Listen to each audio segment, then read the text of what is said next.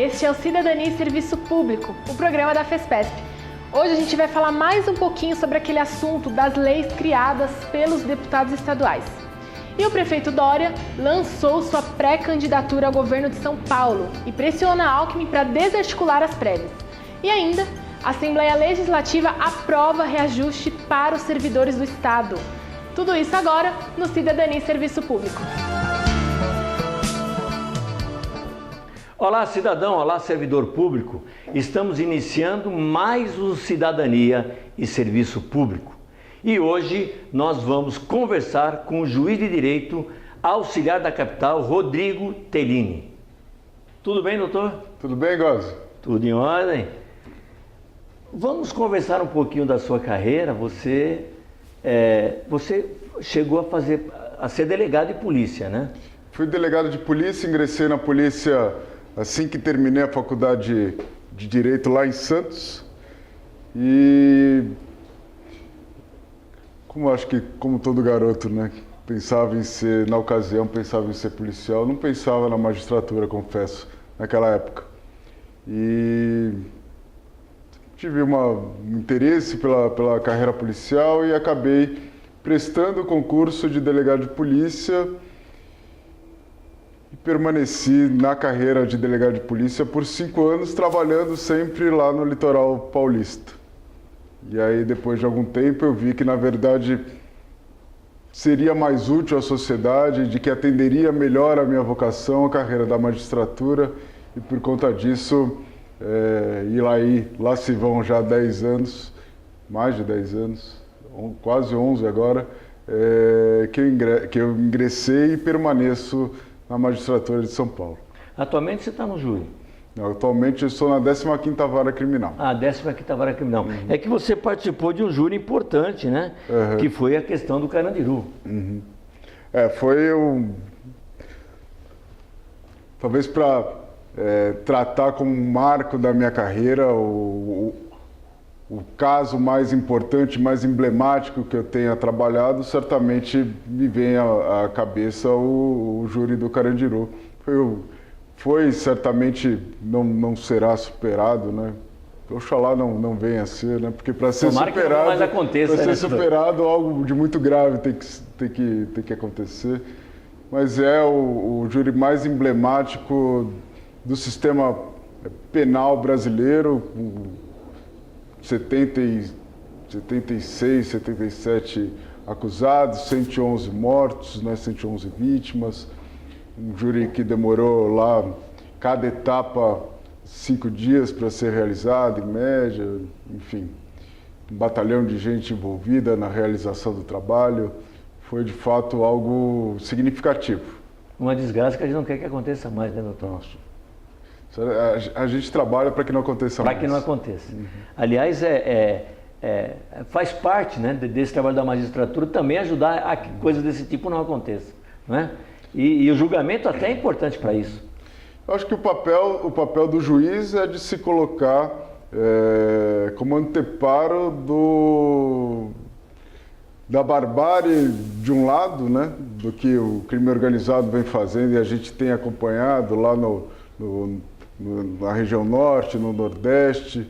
Eu acho que a magistratura tem que estar atenta a isso e controlar, ou pelo menos naquilo que lhe cabe, porque o controle do sistema prisional compete ao Poder Executivo, mas o Judiciário tem grande parcela de responsabilidade na organização e no controle das execuções criminais.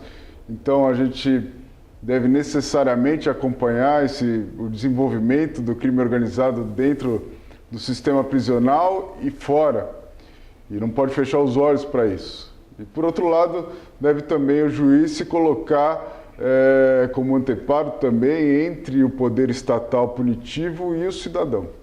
E tratar aquele que eventualmente se vê envolvido na prática de um delito, entender o meio em que esse delito é praticado e a medida que é mais justa ao caso concreto, sempre respeitando os direitos e garantias individuais, para que assim qualquer sanção que sobrevenha disso tenha uma justificativa democrática de existir. Importantíssimo. Sim. Com toda a sua experiência, como é doutor, que o senhor viu essa intervenção no Rio de Janeiro pelo Exército? Olha, comentava isso ontem até. Desde que eu me conheço por gente, a meu sentir pelo menos, havia justificativa para uma intervenção no Rio de Janeiro. Porque o poder paralelo do crime organizado há muito tempo tomou conta primeiro dos morros e depois em grande parte dos subúrbios do Rio e hoje acaba criando uma zona de conflito no que eles chamam lá do asfalto, nas regiões mais nobres. É curioso que enquanto esse conflito existia e ficava restrito aos morros cariocas, ele sempre foi do conhecimento das autoridades, mas não era combatido de forma tão emblemática. Passou a ser combatido já na década passada.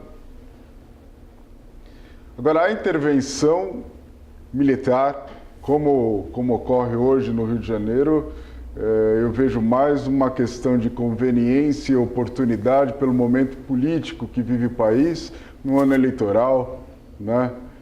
Com um governo que busca novas pautas para fugir do desgaste político que vinha sofrendo por conta de pautas que não conseguia, da agenda que não conseguia passar no Congresso Nacional.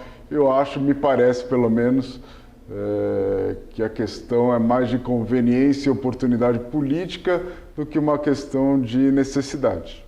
Agora, é o estado onde você teve governador preso, Tribunal de Contas preso, Assembleia Legislativa presa, deputados presos.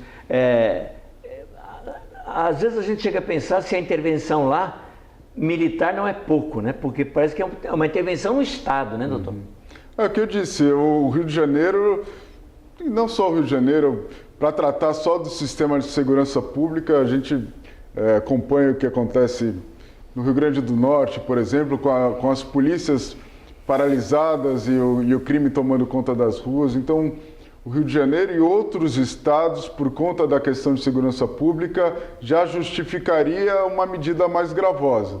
Agora, o que acontece no Rio hoje, eu vejo mais como uma questão política e de conveniência e oportunidade política do que uma questão técnico-jurídica. Vou aproveitar aí um pouquinho para o federal. Nós, servidores, fizemos uma organização muito grande contra a reforma da Previdência. Achamos que muitas mentiras estavam sendo colocadas. O próprio senador Paulo Paim criou toda uma documentação de que, na verdade, essa falta de dinheiro na Previdência não é exatamente verdadeira. Mas o que mais importou na nossa luta lá é que nós entendemos que lá nós tínhamos um Congresso ilegítimo. Por que ilegítimo? Porque ficou claro que deputados recebiam dinheiro até para votar medidas provisórias. Então, para nós, ilegítimo o executivo, ilegítimo o legislativo. O que o senhor acha, doutor? Eu acho que a cada 4 anos nós temos a oportunidade de mudar a realidade das coisas. E esse ano é um ano especialmente relevante, porque nesse ano temos a oportunidade de mudar a realidade das coisas em âmbito estadual e federal. Então, eu acho que o Brasil passou por um momento de tenho absoluta certeza, o Brasil passou por um momento de absoluta turbulência desde a eleição do ano passado, com o impeachment da presidente eleita, com sucessivos escândalos de corrupção da classe política, sobretudo. O próprio candidato que rivalizava com ela, o pleito presidencial, acabou sendo envolvido também em um escândalo de corrupção. Então, eu acho que o povo perdeu muita da esperança que havia depositado há 4 anos nesse corpo político que hoje se encontra no poder, na esfera legislativa e executiva. Graças a Deus, então, temos a oportunidade de, neste ano, em outubro desse ano, mudar, de adotar novas práticas, de escolher novas pessoas ou de escolher novas propostas. E aí mostrar para aqueles lá de trás que o povo cansou desse tipo de barganha, que o povo cansou daquela velha prática política que nos passavam como normal. E, de fato, no jogo político o diálogo é essencial, mas o diálogo do modo como vinha sendo, me parece que o Brasil não tem mais disposição, o povo brasileiro pelo menos não tem mais disposição de aguentar. Então, espero que agora em outubro nós possamos renovar o Congresso Nacional dentro daquilo que precisa ser renovado e vamos acompanhar quem serão os candidatos. Nós fizemos já várias colocações aqui e até como entidades rodamos o Estado de São Paulo falando do voto consciente. Da preocupação que o cidadão não é achar um papelzinho no chão e votar naquele papelzinho, mas dele buscar saber aquele candidato que está esperando o voto dele fez o quê até determinado momento. E mais ainda, o voto consciente é depois acompanhar o que é que o eleito vai estar fazendo. O senhor acha que nos eleitores já chegamos mais perto desse voto consciente? O termômetro disso vai ser agora em outubro. Falou algo que me pareceu muito curioso, já fui juiz eleitoral. E eu lembro que quando eu era garoto lá em Santos, o dia da eleição era um dia de festa. E a gente chamava até a festa da democracia, a festa democrática. As pessoas vestiam as cores dos partidos que apoiavam, iam às ruas com bandeiras, santinhos, e a cidade toda tomada por esse clima de envolvimento democrático e cívico, não? Curiosamente, a campanha de boca de urna foi proscrita pela lei eleitoral porque as pessoas acabavam, não raro, votando porque não tinham candidato, porque não tinham essa consciência eleitoral, votando naquele candidato que achavam o santinho no chão na zona eleitoral, ou daquele que lhe vinha à cabeça por conta de uma faixa fixada na escola ou no carro estacionado em frente a ela, que serviria de zona eleitoral. Então, isso mostra o quando o povo tem que ser tutelado desse modo, mostra o quanto a gente ainda está atrasado. Estamos conversando com o doutor Rodrigo Tellini, juiz auxiliar da capital. Nós vamos fazer um pequeno intervalo para a Mariana dar um recadinho para vocês e voltamos já já.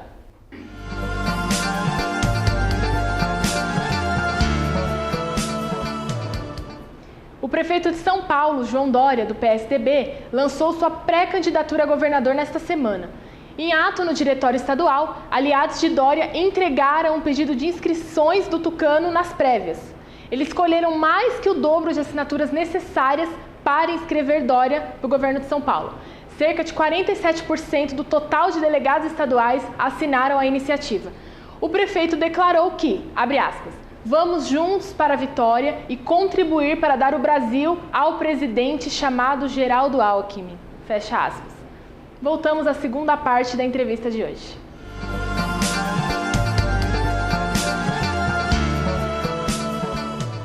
Estamos de volta com o programa Cidadania e Serviço Público, para que você, cidadão, para que você, servidor, acompanhe a nossa conversa com o juiz auxiliar da capital, Rodrigo Tellini. E agora, queria entrar com você num ponto através do qual nos conhecemos, na verdade, né? Que é um projeto que vocês criaram, Magistratura para Todos. O que é Magistratura para Todos? Esse projeto é um projeto nosso, na verdade. Eu e outros colegas, né, acabamos por conta da minha pesquisa acadêmica, eu tive contato do perfil médio do magistrado brasileiro. E eu vi que o perfil, de acordo com o censo realizado pelo CNJ e pesquisa realizada pela ANB, de que o perfil médio do juiz brasileiro é extremamente homogêneo. São pessoas, homens e mulheres, mais homens, muito, lógico que isso muito vem mudando durante os anos, mas mais homens ainda do que mulheres, predominantemente pessoas brancas, vindas de classes sociais, de famílias que recebem acima de 10 salários mínimos, e essa é uma primeira faixa, e a segunda faixa que vem logo abaixo, é de famílias que têm renda mensal superior a 20 salários mínimos. Então, de que os pais já cursaram um curso superior, então são pessoas que vêm de um nicho muito seleto da sociedade brasileira.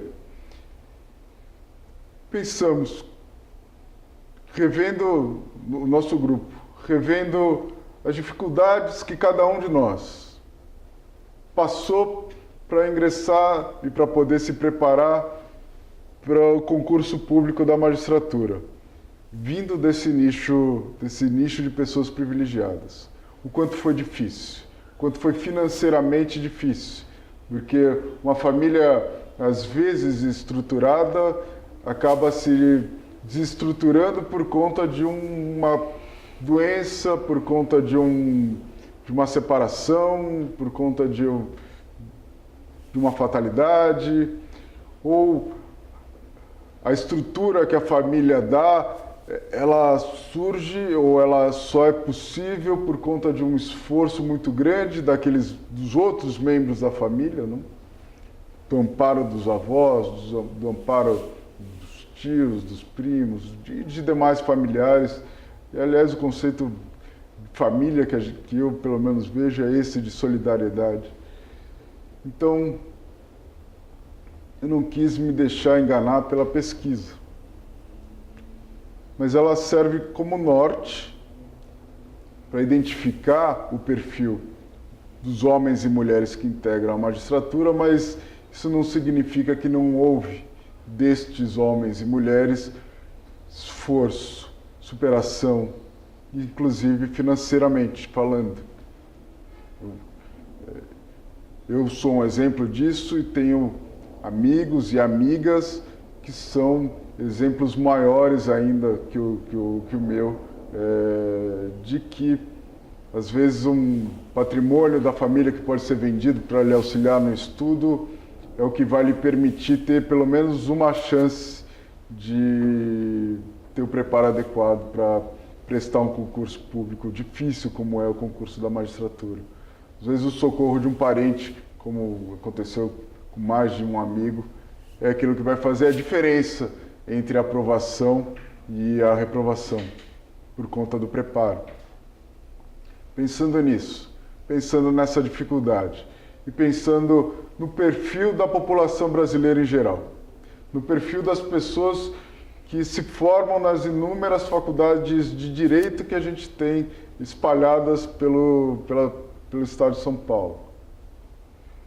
Pensando o quanto de gente vocacionada, bem intencionada, que a gente acaba perdendo, magistratura acaba perdendo, porque essas pessoas não têm acesso à preparação adequada para se tornar um juiz ou uma juíza. Eu diria que não só a magistratura, a sociedade. Sim, a sociedade. Né? Mas eu confundo isso, porque a magistratura como servidor público, e acho que as pessoas não enxergam isso do modo que a gente vê. A gente vive para servir a sociedade. Então dizer que eu sou magistrado está implícito em dizer eu sirvo a sociedade. Do mesmo modo, servidor público, aliás, é a própria função, né? Faz parte. Servir a sociedade, por mais que a sociedade não... Prestou concurso para isso. Exatamente. Mas que a sociedade, às vezes, não enxergue isso. Mas, só para dizer algo, mas no momento que você está colocando essa situação, eu vejo também uma forma de aproximar melhor a própria sociedade da magistratura. Eu acho que é um modo de o juiz, por não dos agentes políticos, os agentes políticos de do poder executivo, do poder legislativo e dos agentes políticos do poder judiciário, o juiz, o magistrado é o único que não é eleito para a função. Então, isso causa um certo, pela própria natureza da função também, que é muito isolada, o juiz decide sozinho, causa um certo distanciamento da sociedade. Eu acho que hoje em dia, com televisão, com rede social, com informação difundida de forma rápida e, diz um filósofo que eu gosto, Bauman, chamando rápida e líquida, acessível a qualquer pessoa pelos mais variados modos. O juiz não pode permanecer encastelado. Então, acho que esse é um modo da gente, magistratura e magistrados, poder dialogar com a sociedade, poder fazer algo que a sociedade possa colher os frutos disso e, a partir daí, nos ver talvez de um modo diferente. Então, a nossa ideia com isso é criar um curso preparatório gratuito, ministrado por juízes e juízas, voluntariamente, para pessoas com poder aquisitivo, com menor poder aquisitivo, para pessoas excluídas socialmente e para servidores públicos. Inclusive, por conta da parceria que fizemos com a CETEG, teremos vagas destinadas a servidores do Judiciário que, se não, e oxalá venham todos a se tornar juízes e juízas, mas se isso não ocorrer, certamente se tornarão melhores servidores para o próprio Poder Judiciário. Com certeza. Então, para deixar bem claro, é um curso de um ano? De um ano. De um ano. Aquele que se candidatar ao curso é um curso gratuito. Curso gratuito. Então, ele tem algumas restrições. Ele tem que até 3 salários mínimos, é isso? A gente ainda está discutindo os critérios de renda, mas basicamente não vai fugir muito disso. Mas tem um critério que ele já tem que ter o registro na OAB. Tem que ter o registro na OAB, porque a nossa ideia não é criar um curso para o exame de ordem, né? Nossa ideia é criar um curso para aqueles que queiram ser magistrados e magistradas, e como a possibilidade, a experiência jurídica é requisito, não vejo sentido em possibilitar a participação daqueles que não a têm. As inscrições vão abrir em abril. Em abril. Abril, então, está aberto as inscrições. Abriremos em abril. E começa em agosto. O curso começa em agosto. Um ano com todos. Aliás, você falou de juízes e juízas. No curso eu vi que tem juízes e tem juízas, muitas mulheres participando também como professoras do curso, sim, né? Sim. E você falou também uma coisa importante. O concurso para a magistratura, até pela importância que ele tem, é um concurso difícil. E que nem sempre basta fazer um curso e ele vai passar na primeira, né? Não, a gente não tem a ilusão de acreditar que com o curso as pessoas, só pelo curso, vão estar preparadas a prestar um concurso público tão difícil quanto é o concurso da magistratura. Acho que nenhum curso preparatório tem essa pretensão. É sempre mérito daquele que cursa, mérito daquele que se prepara. O que nós pretendemos é criar um instrumento para que essa pessoa possa se preparar melhor. Agora, a preparação e toda a jornada é dela, tanto quanto o mérito que no final virá também será. Agora, se ele passa no concurso ou não, vai continuar trabalhando como advogado, na verdade, o que ele aprendeu ali no curso vai ser de uma importância fantástica para ele, né? Eu acho que, sobretudo isso, se não alcançarmos o objetivo que é o ingresso na magistratura, pelo menos teremos contribuído para que aqueles que passaram tiveram a possibilidade de nos acompanhar no curso se tornem melhores advogados, se tornem melhores servidores, se tornem melhores profissionais naquilo que venham a fazer no futuro. e se tornem melhores pessoas para a sociedade que a gente vive. Conversamos no nosso programa de hoje com o juiz auxiliar da capital, Rodrigo Tellini, que eu agradeço a presença. Obrigado, Gus. Fiquem agora com a Mariana e o nosso noticiário.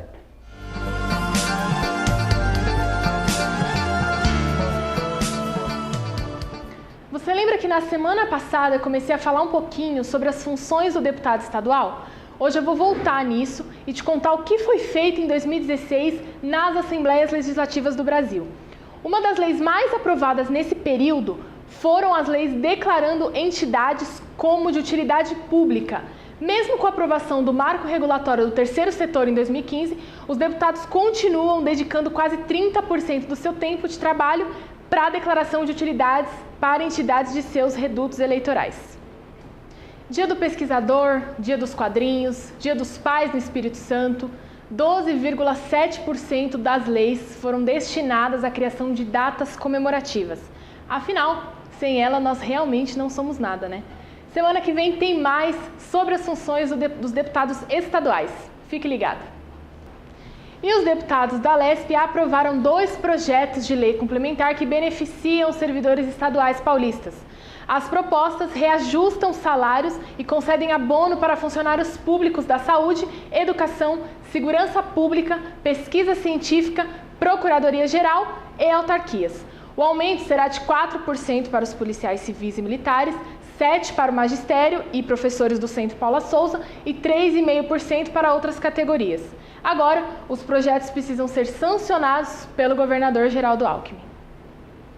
O programa de hoje está encerrando, mas eu ainda tenho alguns recadinhos para dar para você. Curta nossa página no Facebook, acesse nosso site e fique por dentro dessas e outras notícias. Os endereços estão aí na sua tela, é só digitar no seu celular. Este programa é exibido no canal comunitário do Estado de São Paulo. Para assistir pela TV, sintonize no canal 9 da NET, 8 da Fibra ou 186 da Vivo. Acompanhe também o programa ao vivo pela internet, pode ser do seu celular ou do seu computador. Acesse www.tvaberta.tv.br. Semana que vem eu tô aqui de novo, espero você às 9 da noite com tudo que interessa a você, servidor público. Um forte abraço e até semana que vem.